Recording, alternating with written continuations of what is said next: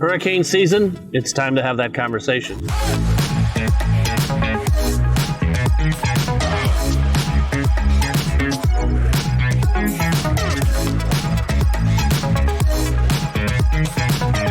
Hi everyone, welcome to another edition of Out and Around with Mike 2022 style. My name is Mike Rennick. I'm your host for today's video. What I'd like to do is share a little bit about the research I found, but also some personal experience. Florida's West Coast is a great place to live, work, and play. I've said that in many videos, but this time of year we have to be prepared for hurricanes. Now, where I come from in Michigan, the threat was tornadoes, and tornadoes you didn't get much warning. With hurricanes we did. So back in 2017, though, I experienced firsthand Irma, and there was an evacuation order given for Longboat Key. So there was a deadline on the time we had to get off the island. The bridges would be raised, and no one could enter and leave after that time. So it really takes you through a whole planning thought in terms of your mind. The hurricane was forecast to go north and east, so we ended up going north and west. We actually ended up in Biloxi, Mississippi. Now, the folks up there were very welcoming to us as we went and stayed there for 4 or 5 days until the threat passed, and we were lucky in Longboat. Irma did not do the direct hit that it was forecast. But I can share this in Biloxi. The next hurricane that came through after we left was about 4 weeks later, and that hurricane was named Nate. It was a direct hit just west of Biloxi, so the area that we went to for shelter was in serious trouble just 4 weeks later. So most of the information I've gathered is from the web, and I'll put the link up on the blog, but it's www.noaa.gov/hurricane-prep, and again, I'll put that up there. So the first thing you need to do is ascertain what level of risk you're at when you start your hurricane planning. Hurricanes are just not a coastal problem. Impact from wind and water can be felt hundreds of miles inland, and significant impacts can occur regardless of the storm's strengths. Take a look at Orlando. Through many of the later storms that we've had over the past few years, Orlando's had some significant hit with that and some significant damage. So one of the first things is you need to know whether you live in an area prone to flooding, if you're safe to remain in your home. Because you don't always have to leave. It just depends on what the maps are saying and what the forecasts are saying. So if you leave in a flood-prone area or in a mobile home outside of a hurricane evacuation zone, you do want to take a look to your options or where you can go for safety. Your destination could be a friend or a relative who lives in a well-built home outside of the flood-prone areas. Remember, your safest place may be to remain at home, like I mentioned a minute ago.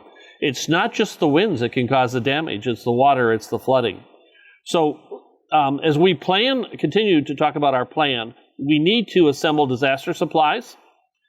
For example, what they're suggesting is water, 1 gallon per person per day for several days, for drinking and for sanitation purposes. Food, at least a several days supply of non-perishable food. I may have a little personal advantage there because I can afford to go a couple of days without food. But on a serious note, that's part of our plan. It needs to be taken into account. You need a battery-powered or handheld crank radio and a NOAA and NOAA weather station tone alert for what's going on. Of course, you need flashlights with fresh batteries. You need a first aid kit. You need a whistle maybe to signal for help, a dust mask to help filter out contaminated air if you get into that kind of situation, plastic sheathing and duct tape to shelter in place, moist towelettes, garbage bags, and plastic ties for personal sanitation, wrench or pliers to turn off utilities and water if needed, manual can opener for food, local maps, cell phone with chargers and a backup battery. One of the things, in addition to just getting prepared and what supplies and where you're going to go, very important, but now it's time to talk about an insurance checkup. Do you have the right kind of coverage for your home or your condo? It's a good time to call your insurance agent.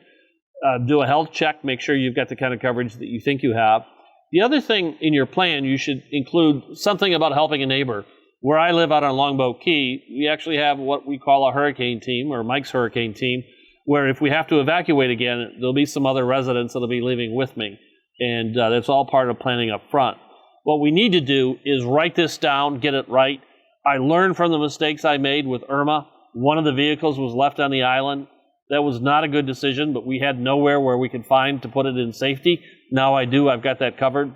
Since Irma hit, I've strengthened the windows in my condo. They're all hurricane rated. I also have wind shutters. So it's about taking the right steps so that you're prepared. This is something that you hope you never use, but you need to be ready just in case. The advantage we have versus where I lived in Michigan with tornadoes is we have a lot of advance warnings. One of the other things I would do is I would leave sooner. I wouldn't wait as long. The fact that we went through one, we were lucky, it wasn't a direct hit. Now we're prepared for the next one. This is an important topic. We talk about it, we think about it, but many of us just move on and we forget about putting the plans in place. Have your supplies in one place, grab them out of a closet, a cupboard, wherever. Get ready to evacuate if necessary. If you can stay where you're at, hunker down, make sure everything is secure. If you have any questions, feel free to give me a call. My name is Mike Rennick. My personal cell is 941-400-8735. There will be a link to the website where I gathered most of this information below, and also a link to my blog. Are you ready? Share your thoughts. I'm looking forward to hearing from you. Take care, everyone.